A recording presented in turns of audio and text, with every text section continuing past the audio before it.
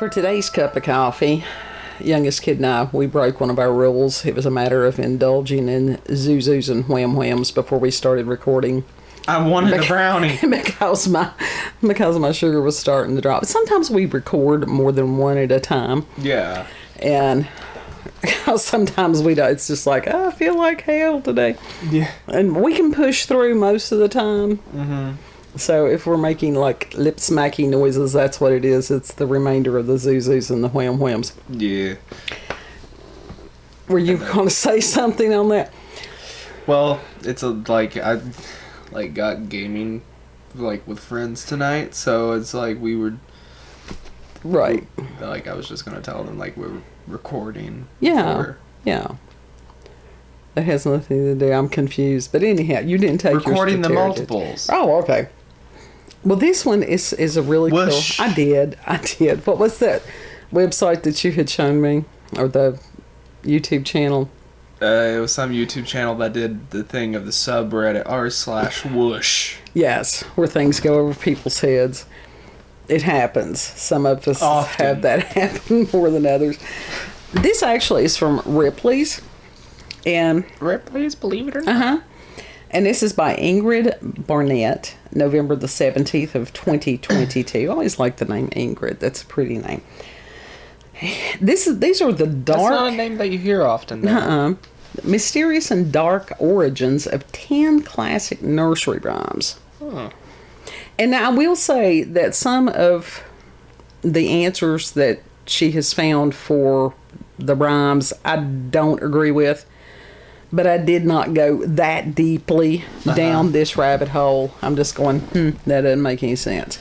Okay. So, the one is, here we go round the mulberry bush. The mulberry bush, the mulberry bush. Here we go round the mulberry bush so early in the morning. I tried to get youngest kid to sing, and normally he would participate in that. You could just get a free, royalty-free audio clip. Go into that either. So everybody knows this. They can sing along. They'll hear the tune in their head. It says that the first published in 1840, that this little nursery rhyme has a surprising origin story. According to historian R.S. Duncan, the inspiration for the mulberry bush dates back more than 400 years, and it was a tree that female inmates at Wakefield Prison exercised around. And it says there are other scholars that argue that the story refers to Great Britain's attempt to launch a silk industry by cultivating domestic silkworms, which apparently eat mulberries. Okay. And that when the endeavor failed, the nursery rhyme still stuck. So that's interesting. Yeah. Either way, I think the one about the prison has a little bit darker tone Yeah, to that it. is a darker tone. But either way, those are both good explanations for it. Yeah. Mulberries are great. We need to get a mulberry tree. We really do. And this other one is Mary, Mary. Mary, Mary, quite contrary. How does your garden grow? With silver bells and cockle shells and pretty maids all in a row. Share. Now this one always puzzled me as a child. It says this first appeared Oh, I in know this one. This one's dark as fuck. Tommy Thumb's Pretty Songbook in 1744. And since that time, people have argued about who the Mary in the song was. The darkest interpretation contends that the rhyme refers to the Catholic monarch Mary I of England, also known as Bloody Mary. And they say that the garden in the verse is England, and the contrariness mentioned in the song alludes to her bloody persecution of Protestants. As for the silver bells and cockle shells, they were torture devices used by Queen Mary's executioners on her Protestant subjects. That would make sense. Yeah, that's what I heard. And were the pretty maids all in the row? Were those the Iron Maidens? Yeah. Yeah. So, yeah. Except actually, those weren't a real medieval torture device. It was just legend. Yeah, it was a legend, but If somebody thought it up, somebody has created it and used it yeah. at some point. Then we have Humpty Dumpty. Everybody likes the Humpty Dumpty. And Humpty Dumpty sat on a wall. Humpty Dumpty had a great fall.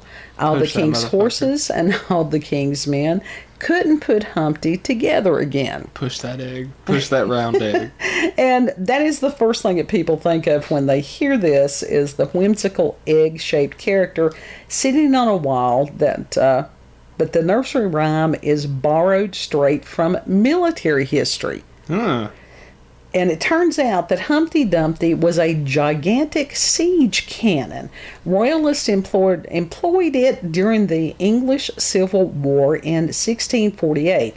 They set the cannon up on top of the St. Mary at the Walls church tower, where it remained until enemy forces blew it up and blew up the building with it. Damn. And Humpty took his infamous fall.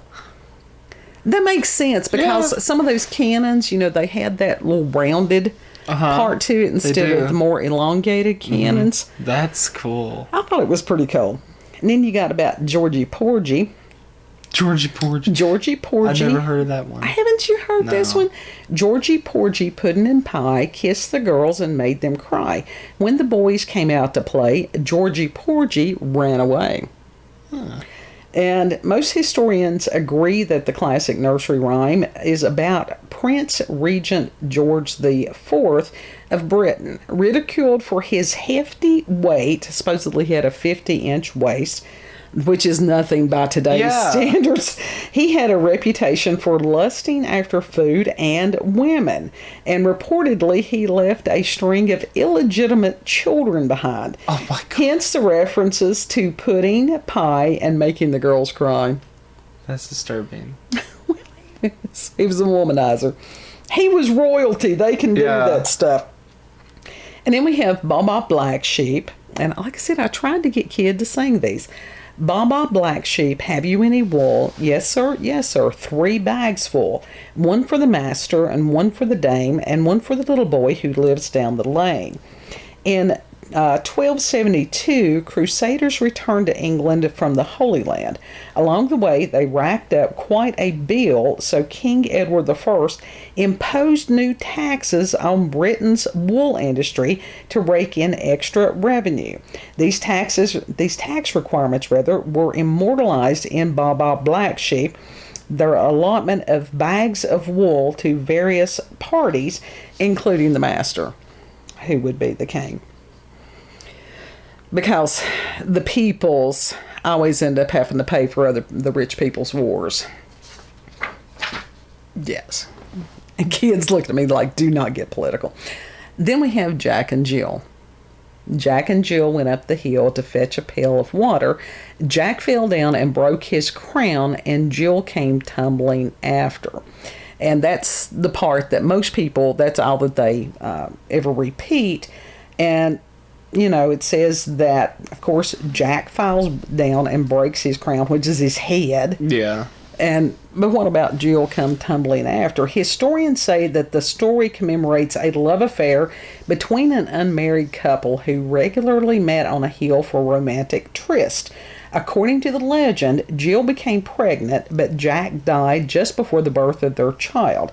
And it says he either fell from the hill or got knocked in the head by a falling rock. And in turn, Jill died in childbirth, which was tumbling after her clandestine lover. Now, I argue with the interpretation of this one because the rest of the poem says, up Jack got and home did trot as fast as he could caper. He went to bed to mend his head with vinegar and brown paper. Well, then obviously that's nullified. Yeah, the historians apparently didn't read all of the rhyme. Yeah. Yeah, because nobody fucking reads that shit. That's like the jack of all trades quote. Mm-hmm. Everybody's like jack of all trades, master of none. Nobody ever... Here's the last one. Jack of all trades, master of none, but often better than a master of one. Yeah. Yeah, read the full thing. And it was just like curiosity killed the cat. And what was it? There was something else brought it back. Yeah. So, read the full things. Pop goes the weasel. And this one had many verses to it, which I'm not. I'm just going to stay with the original one. It's named, all around the mulberry bush, the monkey chased the weasel. The monkey thought it was all in fun. Pop goes the weasel. Yeah. Which I had a slightly different version, but we'll not talk about that.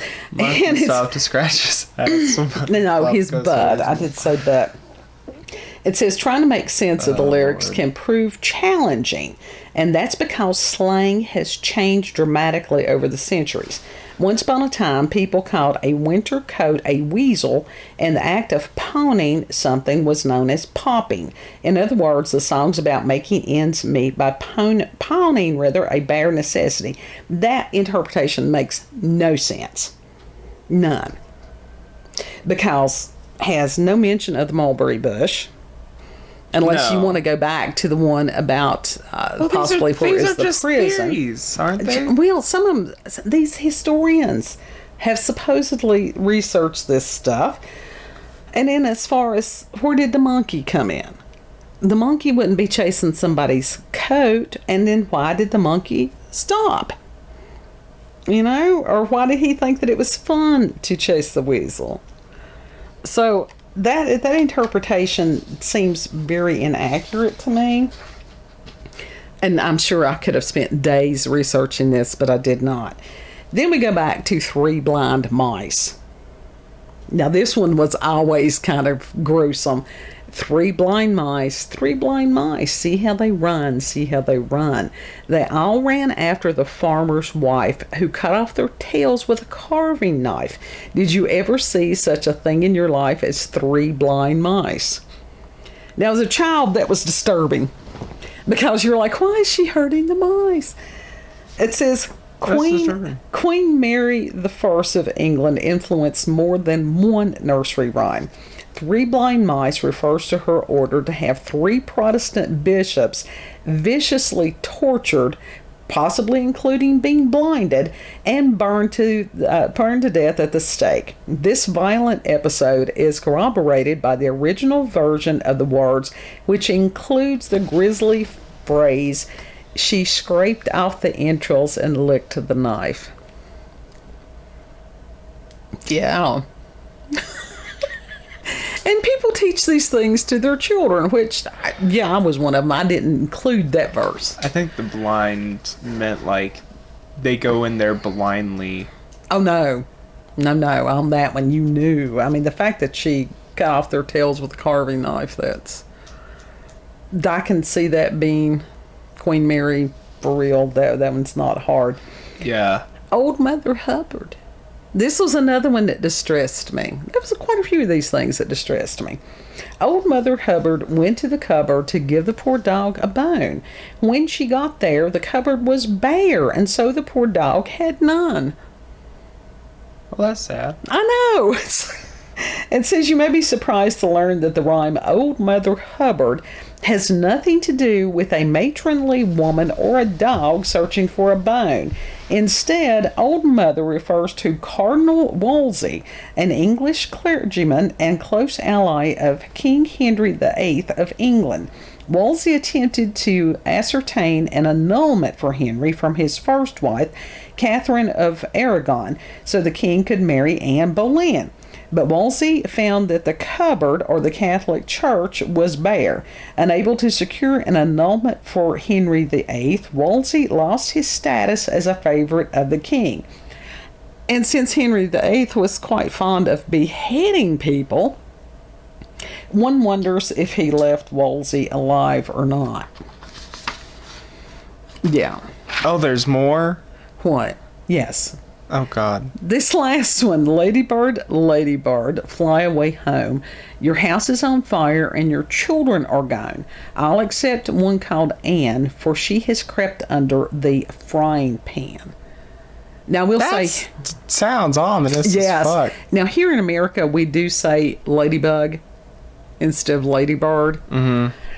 It says, while the words sound pretty awful as is, the historical interpretation heaps on more layers of creepiness. You see, Ladybird is another name for the Virgin Mary, and by extension, Catholics.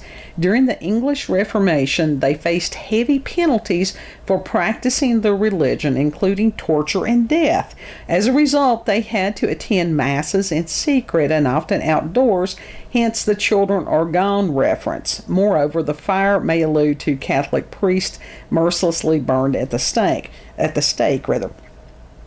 I don't believe this interpretation at all. I think there's a lot that has been missed on this, because it sounds to me like the children's was burned up in the fire, except one called Anne. And why did she creep under the frying pan? Especially since you've got the reference to the house fire. So, and I actually did look through several websites for some of the interpretations, but that one sounds a whole lot more ominous than what Ripleys has provided us. Yeah. So, yeah. I'm good. Any final thoughts on these? I'm good. You're good? Okay.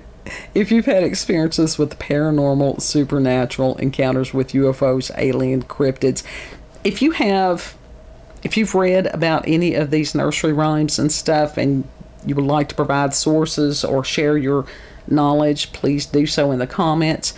You can always email us, cupofcoffeewithscream@gmail.com, and the address will be in the description box, as will the link to the article. Yeah. Yeah, there's quite a few of them. I'd say that if you really, really wanted to dive deeply in some of them, that it could take days. But I decided not to. That would have been like a mini series, and I'd rather not. Okay. Am I supposed to do my thing now? Yes, you are. You sort of zoned out, didn't you? Yes. It's the Zuzus and the Wham Whams. I'm tired. If you like this video, don't forget to like, share, comment, and most of all, subscribe and click that notification button for daily notifications of our daily uploads. Thank you all, and have a good. Know that you're loved. Oh. And it's like, I probably, when I read these nursery rhymes to the children, it was in a much more sing-songy way. But for some reason... No shit, because that's what you do with children. Yes, but as far as looking at a microphone, somehow that's not the same as looking at little face. And the little face is not little anymore. It's nowhere near the same. Well, at least I didn't have to read Once Upon a Potty. No, I'm talking about like it's nowhere near the same as talking to the camera. I'm just here listening, and I'm like, ugh. But now Skippy John Jones was fun. I like Skippy John Jones. Read I still to like your kids. Skippy John Jones. Read to your kids. Read to your grandkids. Don't put a video on and let that read to your children. It's not the same.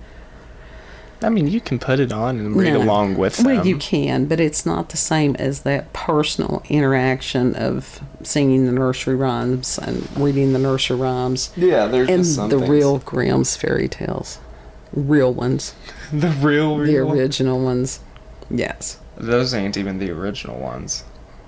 The ones that Grimm's were not. Those aren't. Well, no, it was a collection of legends that they had, and that they added to. Or well, they may took have. Away. Some of them did take away parts of the original legends, and some of them added on. Hey, let's give them credit for at least not allowing those stories to be lost. Yeah, I'll give them that. Yeah. Yeah. So, I mean, they're good. They are good. The dark ones are really the best. They truly are. Of course. The Oz books. Frank Baum, yeah, he had some weird stuff. Ron Dahl has some really dark stuff too. Those were a lot of books for Oz. Yeah.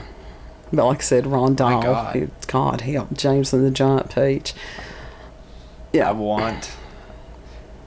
At some point I do want to get a copy of the original Alice. Yeah, Alice in Wonderland was great too. Anyhow, we will quit now. We really will. And we'll see you on the next cup. Bye. Bye.